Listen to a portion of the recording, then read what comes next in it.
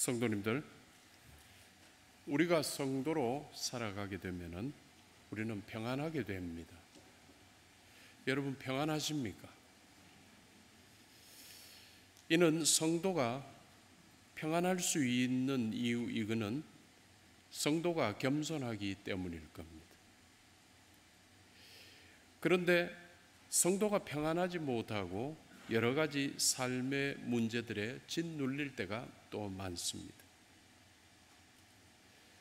겉으로는 평안해 보이지만 교회 다닌다는 사람으로 성도로서 평안해 보이기도 하지만 우리 속에서, 우리 마음 속에서, 성도의 마음 속에서 참된 평안이 없을 때가 많다는 겁니다. 이는 성도의 마음 속에 아직도 내려놓지 못하고 있는 깊은 교만의 문제 때문일 수 있습니다. 아직 내려놓지 못하고 있는 교만의 문제로 성도가 분노하고 성도가 서로 갈등한다는 겁니다. 성도의 분노와 성도의 갈등은 어울리지 않는 말입니다. 러시아 대문호 톨스토이는 그의 저서 참회록에서 겸손을 가장한 자신의 교만을 참회한다고 썼습니다. 겸손을 가장한 교만, 다시 말해 겸손한 척 했던 교만을 하나님께 참회했다는 겁니다. 이는 성도에게도 겸손한 척 하는 교만이 있을 수도 있다는 사실입니다. 겸손한데 평안하지 못해. 그러면 그 겸손이 겸손한 척 했던 교만일 수 있다는 겁니다. 그래서 평안하지 않을 수 있습니다. 우리 영혼을 평안하게 하지 못하게 하는 이 교만의 문제는 드러나지도 않습니다. 그러면서 은근히 우리 영혼을 흔들어 놓습니다. 잠잠한 영혼 위에 돌 하나 던져가지고 파도가 치게끔 만드는 겁니다. 결국 우리에게 있던 하나님께서 주신 주님의 참 평안도 빼앗아가 버리는 겁니다. 교만은 참 무서운 놈입니다. 그래서 죄가 곧 교만이다. 죄와 교만을 비교하기에는 죄가 훨씬 커 보이는데 어떤 신학자는 죄가 곧 교만이다. 교만은 죄와 동격이다. 이 무서운 교만의 문제를 우리 마음속으로부터 퇴출시켜야 우리가 참 평안을 얻을 수가 있는 겁니다. 오늘 본문 시편 131편은 3절짜리 시편입니다. 참 짧죠? 그런데 참 아름다운 시로 많이 인용이 됩니다. 이 시의 시인은 다윗입니다. 다윗이 이 교만의 문제를 내려놓고 드디어 참된 평안을 얻었다고 고백하는 시입니다. 여기서 다윗이 세 가지 교만의 문제를 언급하고 있는데 그것은 마음의 교만, 눈의 교만, 삶의 교만입니다. 이 세 가지 교만을 내려놓을 때에야 드디어 찾아오는 평안이 우리 영혼에 얼마나 좋은지를 이 시간 함께 묵상하고자 합니다. 다윗이 고백한 첫 번째 교만의 문제는 마음의 교만입니다. 131편 1절 앞부분의 말씀입니다. 여호와여 내 마음이 교만하지 아니하고. 여기서의 마음의 교만이란 무엇일까? 마음의 교만. 그것은 스스로를 높이는 교만입니다. 이것저것 모든 것 마치 자기가 다 이룬 것처럼 착각하는 교만입니다. 그래서 겉으로는 겸손한 듯하지 괜찮아 보여도 속으로는 늘 자기 의와 자기 자랑으로 가득 차 있습니다. 톨스토이가 참회했듯이 겸손한 척 했지만 이것마저도 자기 교만이었습니다. 어쩌면은 일생 중 정말 기쁜 일 중에 하나라고 여겨지는 일이죠.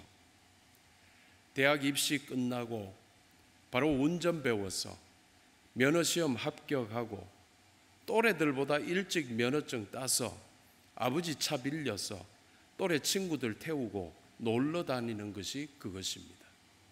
정말 기쁜 시간들이죠. 이럴 때의 이거는 정말 인생 중 젊은 시절 얻게 되는 큰 기쁨 중에 하나라고 할 수 있습니다. 여러분 그러신 적 없으신지요? 그러나 사실 이 차는 아버지의 차이고 보험도 아버지가 냈고 기름도 아버지가 넣어 주었지요. 그래도 자식이어서 자기 것처럼 누리고 뽐내고 있지만은 이것은 아버지의 것입니다. 우리 인생도 꼭 그런 것 같아요. 다 하나님의 은혜인데 오늘 아침에 여러분들 침상에서 눈 뜨신 것도 하나님의 은혜 때문에 눈을 떴고, 오늘 우리가 아침에 준비해가지고 주의 성전 나온 것도 내 마음이 오늘 나오고 싶어서가 아니라 하나님이 부르셔서 내 마음이 그렇게 된 것이고, 모든 게 내 힘으로 눈 떴고 내 마음이 교회에 나왔는데 라고 말하고 나 스스로가 한 것처럼 마음에 자랑스럽다가 모든 것 다 하나님의 은혜인데 내 마음이 자랑스럽다가 나중에는 교만해지기도 하죠. 하지만 이러한 마음의 교만을 내려놓고 늘 마음속에 모든 것이 주님의 은혜입니다. 내 아침에 일어나게 하신 주님의 은혜에 감사드립니다. 내 그래도 입맛이 있어서 아침에 그래도 밥 맛있게 먹고 배부를 수 있게 하신 것도 주님의 은혜입니다. 모든 것이 은혜. 오늘 찬양했듯이 주의 은혜. 주의 은혜라고 고백할 때, 그렇게 할 때, 지금까지 늘 남과 비교하면서 살 때 나를 짓눌러 왔던 그 불안이 어느덧 사라지게 되고 참된 평안이 이제 내 마음 속으로 찾아 들어오게 되죠. 훅 오고 훅 가고가 없습니다. 우리의 영혼의 문제는 천천히 은은히 찾아들고 슬그머니 없어지고 하죠. 사람이 평안이 들어와야지, 이래야지 평안하게 됩니다. 여러분, 그러므로 이 마음의 교만을 내려놓으시기를 주님의 이름으로 축원합니다. 다윗이 고백한 두 번째 교만은 눈의 교만입니다. 시편 131편 1절 중반부입니다. 내 눈이 오만하지 아니하오며. 성경은 눈의 오만이라고 했지만은 이는 눈의 교만과 같은 의미입니다. 이 눈의 교만이라는 다른 사람을 내려다보는 태도를 말합니다. 영어 표현으로 looking down, 내려다보는 것, 즉 얕보는 것입니다. 나는 괜찮은데 저 사람은 왜 저래? 나는 더 나은데 쟤는 아직 멀었네? 이렇게 판단하는 겁니다. 결국 이 눈의 교만은 공동체를 깨뜨리게 됩니다. 그래서 다른 사람을 평가절하하고 그로 인해 나에게서 평가절하를 당한 사람들이 힘을 잃고 공동체에 소홀하게 만들어 갑니다. 그러다가 자기 스스로도 함께하지 못하고 자기도 결국 혼자가 되어버리는 결과를 만듭니다. 결국 이 눈의 교만은 서로 사랑하며 사는 공동체, 교회 공동체의 삶을 가로막는 것입니다. 빅토르 위고의 소설 레미제라블은 참 재밌는 소설입니다. 이 소설은 뮤지컬로도 성공했고 영화로도 성공했습니다. 저는 뮤지컬로는 못 봤지만 영화는 참 많이 봤습니다. 극장에 직접 가서 여러 번 관람했습니다. 그 영화 초반부의 장면입니다. 죄수번호 24601 24601 장발장을 향해서 경감 자베르는 이렇게 노래합니다. Look down, don't look me in the eye. 고개 숙여. 넌 고개를 들 자격이 없어. 내 눈을 마주치지 마라. 이건 단순한 규율이 아니라 인간을 인간답게 보지 않겠다는 선언입니다. 하늘 아래 똑같은 사람을 아래로 내려다보는 이것이 바로 눈의 교만입니다. 그러나 성도님들, 우리 하나님 아버지께서는 다르십니다. 우리 하나님 아버지께서는 긍휼하신 분이십니다. 높은 자보다 오히려 낮은 자를, 인기 많은 자보다 오히려 소외된 자를 긍휼의 눈으로 바라보십니다. 그래서 하늘 보좌에 앉으신 지극히 높으신 분께서 지극히 낮은 곳 우리 땅으로 성육신하셨습니다. 동정의 눈으로 아래를 내려다 보시기보다 같은 눈높이로 공감하며 우리를 보시기 위해 우리 가운데 오셨습니다. 함께 사셨습니다. 그런데 나중에는 우리보다 더 낮아지시기 위해 발을 씻어주시며 제자들을 올려다보신 섬김을 실천해 주셨습니다. 그리고 그보다 더 낮아진 십자가에 달리셨습니다. 그야말로 지극히 높으신 분께서 그야말로 지극히 낮은 곳으로 임하셨던 것입니다. 성도님들, 그래서 우리도 주님처럼 겸손해져서 우리 눈의 교만을 내려놓을 때 그동안 남을 판단하던 눈 대신에 사랑의 눈으로 남을 바라보게 되고 그 안에서 주님께서 허락하시는 관계의 평안이 우리 가운데 찾아오게 되는 것입니다. 여러분, 사람들하고 많이 친하십니까? 친구도 많고 또 소통하는 사람도 많습니까? 그게 좋은 거죠. 혹 아무에게도 그럴 사람이 없다. 그러면은 여러분, 관계의 평안을 잃은 겁니다. 그러므로 여러분, 이 눈의 교만을 내려놓으시기를 축원합니다. 다윗이 고백한 세 번째 교만은 삶의 교만입니다. 시편 131편 1절의 말씀입니다. 내가 큰 일과 감당하지 못할 놀라운 일을 하려고 힘쓰지 아니하나이다. 삶의 교만이란 모든 것을 자기 힘으로 통제하려는 태도를 의미합니다. 내 때에 모든 걸 다해서 모든 영광을 내가 다 받아 누리겠다. 사실 다윗이 욕심냈더라면 솔로몬 성전이 아니라 다윗 성전이 될 수도 있었습니다. 그러나 하나님께서 말씀하시기를 너 말고 네 아들이 라고 하셨으므로 다윗은 나중 아들이 하게 될 그 일을 정말 열심히 정성을 다해서 준비해 줍니다. 그래서 솔로몬은 성경을 읽어보면 아버지 때에 아버지가 준비해 놓은 것으로 그냥 지었을 뿐이었습니다. 정말 다윗이 조금 교만한 마음을 가져가지고 그래도 내 때에 건물을 짓고자 했어도 하나님께서는 허락하셨을 수도 있지만, 그러나 다윗이 그러했을 때 하나님의 영광이 온전히 드러나지는 않았을 것입니다. 반면에 하나님께서 하실 일까지 내가 다 책임져야 한다고 생각하고 산다면은 늘 불안히 삶을 떠나지 않게 되는 겁니다. 내 때 다 해야 돼. 내가 영광 받아야 돼. 나 때 모든 게 다 좋아야 돼. 모든 이런 일을 하는 사람들이 얼마나 많나요? 왕도 그렇듯이 정치인들 그렇고 목회자들도 그렇고 영광을 당대에 받으려고 하는 교만들이죠. 여러분 생각해 보세요. 농부가 씨를 뿌리고 이후로 잠을 못 잔다면 이유가 무엇일까? 걱정 때문이겠죠. 혹시 비 안 오면 어쩌지? 혹시 싹이 트지 않으면 어떡하지? 우리는 쓸데없이 하는 걱정을 기우라고 합니다.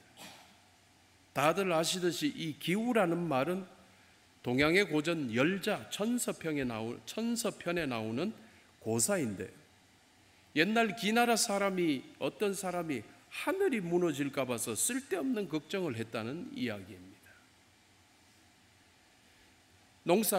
농부가 씨를 뿌렸지만은 사실 자라게 하시는 분은 하나님이심을 굳게 믿고 쓸데없는 걱정하기보다 더 기도하고 최선을 다해서 돌보면 되는 겁니다. 내 인생이라고, 내 인생의 일이라고 내가 다 쥐고 흔들려고 하니까 내 영혼의 평안이 사라지게 되는 겁니다. 그래서 성도님들, 이 삶의 교만을 내려놓고 이제 우리는 늘 마음속에 고백하고 사세요. 주님, 저 최선을 다했습니다. 제가 할 수 있는 건 여기까지인 듯 합니다. 나머지는 주님께 맡깁니다. 이 자세를 고백하고 사는 거죠. 그러면은 마음 깊은 곳에서 참된 평안이, 주님 주시는 참된 평안이 솟아나게 되는 것입니다. 그러므로 여러분, 이 삶의 교만을 꼭 내려놓으시기 바랍니다. 성도님들, 은혜롭게 우리가 이러한 교만들을 다 내려놓게 될 때 드디어 찾아오게 되는 평안은 도대체 어떤 것일까? 성경은 이것을 이렇게 표현합니다. 131편 2절 말씀, 우리 스크린 보면서 함께 읽을게요. 실로 내가 내 영혼으로 고요하고 평온하게 하기를 젖된 아이가 그의 어머니 품에 있음 같게 하였나니. 내 영혼이 젖된 아이처럼 평온하다는 것입니다. 젖된 아이, 이제 어머니 젖을 먹는 아이가 아닙니다. 이제 어머니는 어떻게 해든 젖을 이제 그만 먹게 되어가지고 다른 방법으로 아이의 배를 채워주겠죠. 이제 어머니가 안게 되었을 때는 어머니 품에 있는 것으로 만족하는 겁니다. 엄마의 냄새 맡으면서, 엄마의 숨소리를 들으면서, 심장 박동을 느끼면서 아이는 한없는 평안 속에 만족한 것입니다. 우리도 교만을 내려놓게 되니까 드디어 하나님의 품 안에서 세상이 줄 수 없는 평안을 누리게 되었던 겁니다. 성도님들, 결국 마음의 교만을 내려놓으면 그때 여러분이 이제 세상에서의 비교의 불안에서 해방되고요, 눈의 교만을 내려놓으면 여러분이 관계의 갈등에서 자유하게 되고요, 삶의 교만을 내려놓으면 여러분이 통제 욕구에서 노임을 받게 된다는 사실, 여러분 꼭 기억하시기를 바랍니다. 그리하여 여러분에게 찾아오는 참된 평안을 그야말로 충만하게 누렸으면 합니다. 이제 다윗은 자기만의 경험으로 끝내지 않고 공동체 전체에 권면을 합니다. 131편 3절입니다. 우리 함께 읽겠습니다. 이스라엘아, 지금부터 영원까지 여호와를 바랄지어다.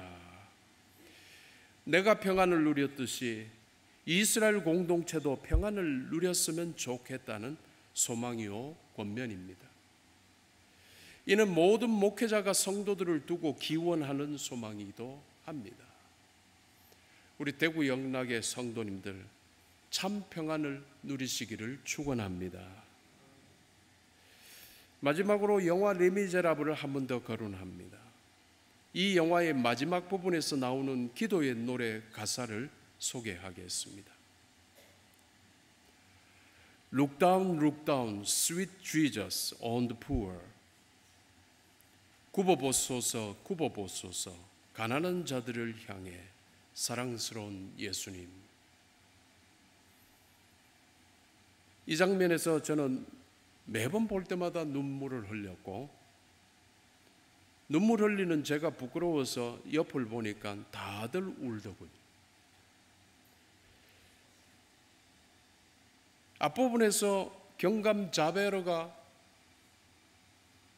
장발장에게 했던 룩다운은 고개 쳐들지 말아라고 강압적으로 욕하는 모습이었던 단어였고, 지금은 이 룩다운이 굽어보소서 라는 번역으로 해석이 되었습니다. 분명 세상은 낮은 자들에게 고개 숙여라고 강요하지만은 그러나 믿음의 사람은 마지막 순간에도 하나님께 굽어 살펴 주옵소서라고 간구할 수 있는 사람들입니다. 결론적으로 교만은 자신도 남도 못 살게 굴게 되겠지만 이것을 내려놓을 때 드디어 우리가 기도다운 기도를 할 수 있는 거죠. 여러분, 그래서 우리 기도를 한번 보세요. 여러분이 하시는 기도는 내용들이 주로 어떤 내용들로 구성되고 있습니까? 처음부터 끝까지 나의 필요를 요구하는 기도들은 솔직히 말해서 기도가 아닙니다. 기도다운 기도는 하나님께 영광을 올려드리고 또 어려운 이들을 위한 중보 기도를 할 수 있는 그 기도가 기도인데요. 바로 그 기도 안에서 우리가 그 기도를 할 때 젖된 아이처럼 평안을 누리게 된다라는 사실입니다. 오늘날에 교회 속에 기도하는 사람들은 많다고 하지만은 기도한다고 하면서 너무 까칠하고 상대방에게 상처를 주는 것은 참다운 기도를 하지 못하며 그가 평안이 없기 때문입니다. 사랑하는 성도 여러분, 이 평안, 이 참된 평안을 정말 충만히 누리시는 우리 교회의 성도들이 되었으면 합니다. 그래서 정말 우리 교회 성도들이 드리시는 기도가 모든 기도가 하나님께서 기뻐 받으시는 참된 기도가 되기를 또한 소망합니다. 여러분, 이러한 평안으로 승리하시기를 주님의 이름으로 축원합니다. 기도하겠습니다.